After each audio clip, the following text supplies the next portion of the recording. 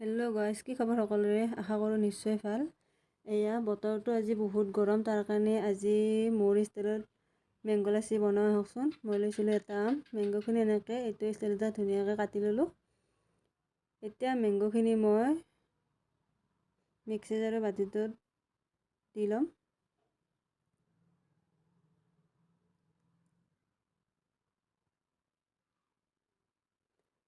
যিহেতু ঈদৰ বতৰ, আমি মাংস বহুত খাই আছোঁ।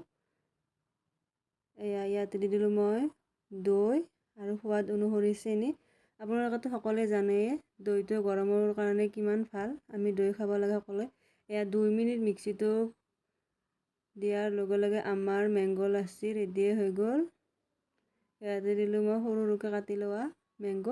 আপোনালোকে মিক্সি জাৰৰ বাতিটোত আইচো দিব পাৰে, মই আইচ দিয়া নাই, আপোনালোকে দি ল'ব যদি ঠাণ্ডা বেছিকৈ খায়। ইয়াতে দি দিলোঁ মই অকণমান আইচ। এয়া মোৰ মেংগ' লাচি ৰেডি হৈ গ'ল। প্লিজ আপোনালোকে এনেকৈ বনাই খাব আৰু মোক কমেণ্ট কৰি জনাই দিব। এনেকুৱা ভিডিঅ'ৰ কাৰণে প্লিজ মোৰ চেনেলটো ছাবস্ক্ৰাইব কৰি দিব। বাই বাই, লগ পাম নেক্সট ভিডিঅ'ত।